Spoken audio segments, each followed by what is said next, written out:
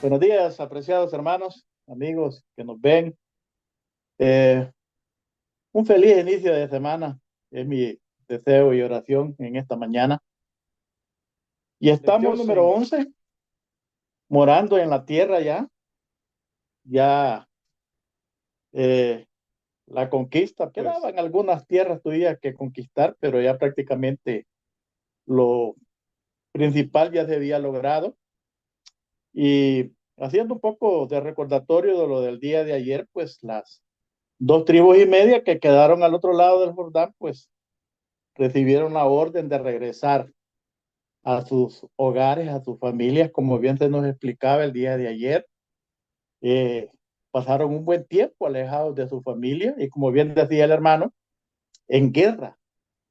Eh, la Biblia no da detalles, ¿no? A ver si algunos no regresaron, pero si la Biblia no lo dice es porque quizás todos regresaron a sus hogares con sus familias y a ya la posesión que ya Moisés les había proporcionado.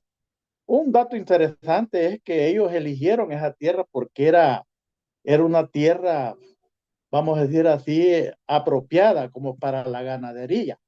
Y estas dos tribus y media como que ese era su fuerte, la ganadería. Y por eso dijeron, no, esta tierra nos gusta, pues, y es la mejor. Aquí no vamos a cultivar, sino que ganado, ¿verdad? Todo tipo de ganado. Y por eso fue que hubo esa repartición así. Bueno, haciendo esa aclaración.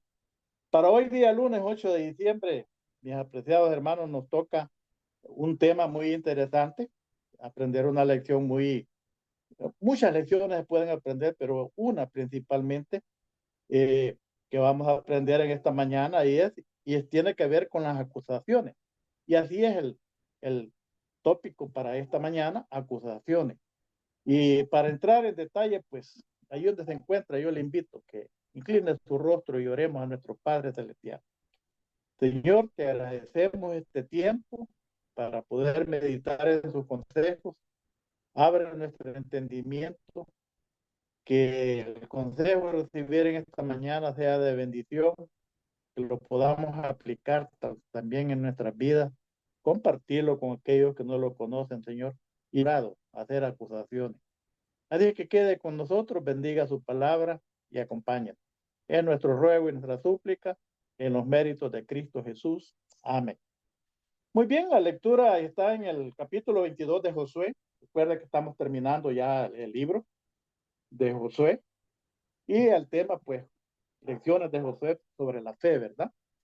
El 22 del 9 al 20 es la lectura para hoy. Me gustaría, pues, tal vez no leerlo todo, pero algunos textos interesantes que tienen que ver qué es lo que estaba pasando, qué fue lo que pasó. Bueno, como decía, el día de ayer ya se nos explica que las dos tribus y media que quedaron al otro lado del Jordán, pues reciben la orden de Josué de regresar a sus hogares. Y regresando a sus hogares, pues ellos hicieron algo allí, que a las otras 9 tribus y media, pues no les pareció mucho. Y por eso son denominados a todo Israel, pero eran 9 tribus y media.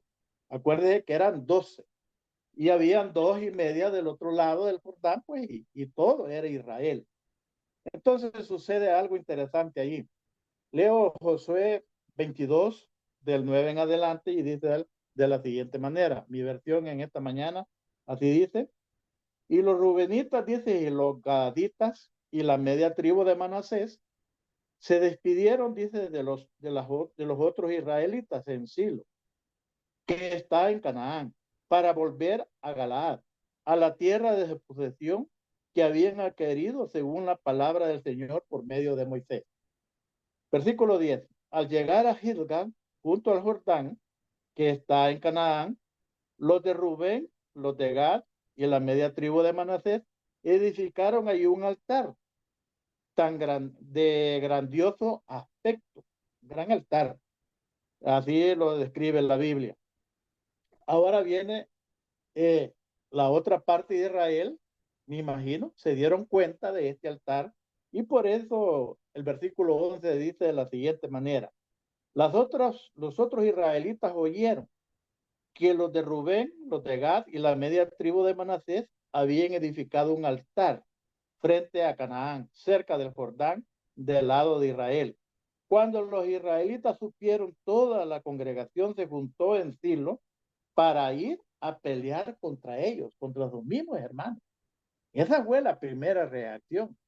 Y aquí tal vez, preciado hermano, si analizamos la situación, yo diría que podrían tener razón. El pueblo de Israel recordaba muchas cosas. Bueno, una de las que se recuerda acá es el pecado de Acán, que aquí lo mencionan. Y entonces ellos estaban con ese celo y sobre todo con ese temor. Ellos no era que se habían separado a sus hermanos, a dos tribus y media, sino que los consideraban israelitas. Y consideraban también que un error de ellos, un pecado de ellos contra el Señor, les iba a afectar también a las otras 9 tribus y media. Ese era el temor. Es de comprender que dijeron, vamos a pegarles una buena reprendida, ¿no? Y no solo de palabra, porque dijeron que vamos a la guerra contra ellos, porque están haciendo este pecado contra el Señor. Si es porque quieren un lugar para adorar, pues aquí está el templo, ¿y por qué no vienen? Esa estoy parafraseando en otros textos que están del 9 al 20 del capítulo 22 de Josué. Ahora bien, mis apreciados hermanos, ese es uno de los aspectos que debemos de entender. Se acepta la reacción, pero me gusta también ya la parte de la acción. Ya va la sensatez, la prudencia. Son lecciones que debemos de aprender nosotros hoy en día, porque hoy el que tiene la autoridad hace y deshace a su regalada gana, perdón por la palabra, pero así es. No averigua, no investiga y simple y sencillamente dictan órdenes y lo obligan a los demás dirigentes a que las cumplan. Y no es así la cosa. Ahora bien, dice eh, el versículo 13, pero antes, dice, los israelitas enviaron a Finet, hijo del sacerdote Eleazar, a los rubenitas y a los gaditas y a la media tribu de Manasés en la tierra de Galat. Mandaron una comitiva. Con este sacerdote Eleazar, dice, a 10 príncipes, uno por cada tribu. 10 príncipes fueron con él, dice, uno de cada tribu de Israel, cada uno de ellos cabeza de familia paterna en la multitud, dice, de Israel.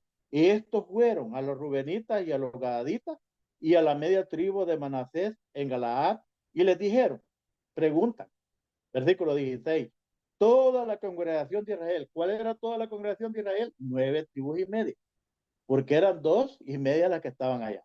Pero ellos dicen, toda la congregación del Señor dice así, ¿qué transgresión es esta con que prevaricáis contra Dios de Israel, apartándonos hoy de seguir al Señor, al edificar un altar para ser rebeldes contra el Señor?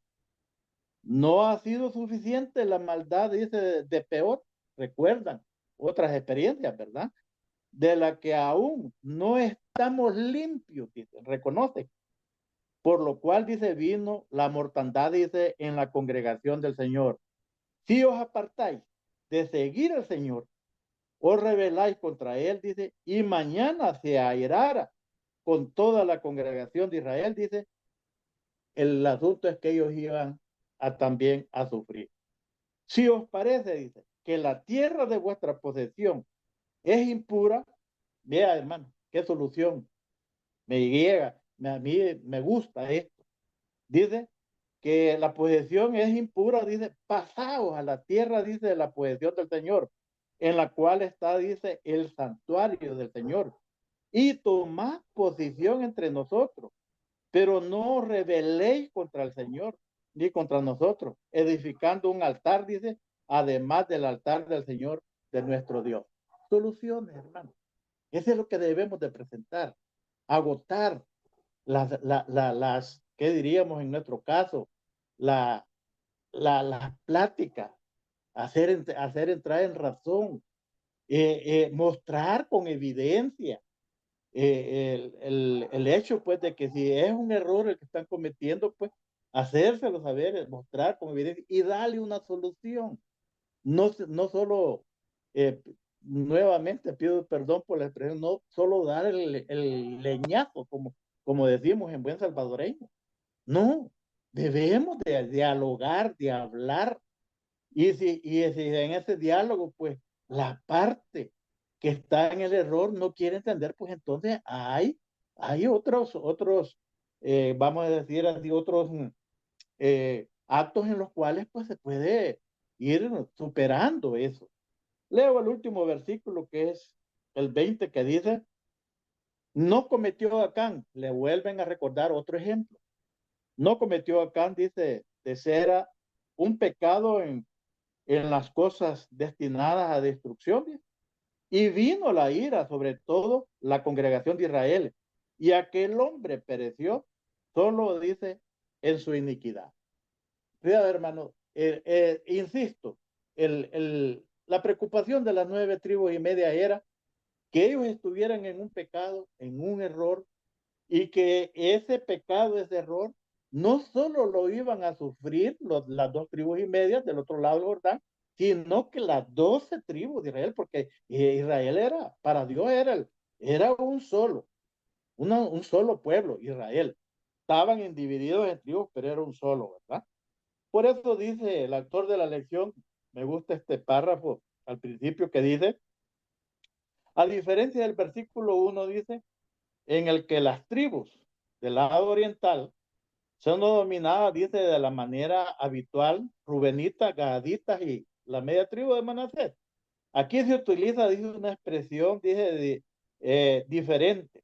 Los de Rubén, los de Gad y la media tribu de Manasés, que contrasta, dice, con las otros israelitas, las otras 9 tribus y media, por lo que representa, dice, una identidad diferente. Bueno, en la narración dice la expresión, toda la congregación de Israel, como leímos, se refiere solo a las 9 tribus y media, que estaban, dice, que estaban del Jordán occidental. Lo que subraya, dice, la ruptura que se produjo entre los dos grupos. De hecho, la cuestión, dice, que subyace en el relato es si las tribus del lado oriental del río podían ser, dice, consideradas israelitas. Claro que sí, las consideraban israelitas. Por eso fueron a dialogar con ellos, fueron a platicar con ellos y a averiguar la cuestión, dice, antes de tomar una decisión severa. Hermanos, es el consejo que la Biblia, que Jesús, cientos de años atrás, después vino y dijo, pues, que cuando vemos a alguien en un problema, pues ir a dialogar, a platicar con él. Ahora, si usted sabe que un hermano está en problema, en pecado, porque le han dicho mejor ni se meta, porque si a usted no le consta, mejor ni se meta, porque posiblemente el que le contó, a ver qué problema y le anda levantando falso y usted ya va a llegar bravo ahí a reprenderlo, va a ser más difícil el problema. Pero cuando hay evidencia, el paso a dar es lo que las 9 tribus y media hicieron. Ir, mandar una comisión, dialogar, preguntar. Bueno, a mí me dan ganas de seguir la lectura, pero para hoy, lunes 8 de diciembre, pues hasta aquí, hasta el versículo 20, me dice que llegue, que allí me detenga. Allí se va en los otros días, vamos a ir viendo qué tipo cómo responden. Y por eso allí vamos a entender el versículo que tenemos para memorizar. La respuesta amable dice, calma la ira. ¿Cómo iban Eliezer eh, con los príncipes? Pues iban un poco molestos, pienso yo. Pero las 2 tribus del otro lado del Jordán dice que salieron amablemente. No, ¿y quién les ha dicho? Bueno, eso ya toca de otro día, ¿verdad? Pero la respuesta fue esa. Pienso yo, ¿quién les ha dicho que nosotros estamos prevaricando contra el Señor? No.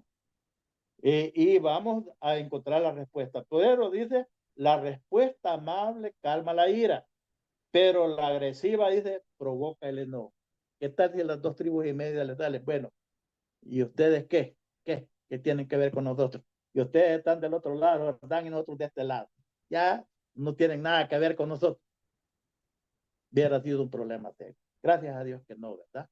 Por eso dice al final de este día también, ¿a qué se refiere Jesús, dice Pablo, cuando nos exhortan a no juzgar a los demás? No juzguéis, hermano. Eso dijo, no juzguéis para que no seáis juzgados. Y a veces dice, nosotros a veces lo aplicamos así, que no señalé, porque nosotros señalamos con un dedo y cuatro o tres, cuatro dedos más, ¿va? O tres por lo menos, nos están señalando a nosotros. Por eso así dice esta pregunta. ¿A qué se refiere Jesús y Pablo cuando nos exhortan a no juzgar a los demás? Esto, hermano, esto no es que tampoco usted no se va a involucrar en un problema. Si usted le consta, si usted lo vio, si usted fue testigo, claro que tiene que intervenir, más si es con un hermano, o es entre hermanos el problema. Claro que usted tiene que intervenir, pero dice que no juzguéis. A esto se refiere cuando te cuenten. No tenés por qué tomar juicio cuando te cuenten. A las 9:30 les llegó la noticia. Allá han edificado un gran altar. Y a ver a qué dioses están adorando, a ver qué sacrificios más horribles están haciendo a ídolos. Entonces, pienso yo que esa fue la noticia que les llegó.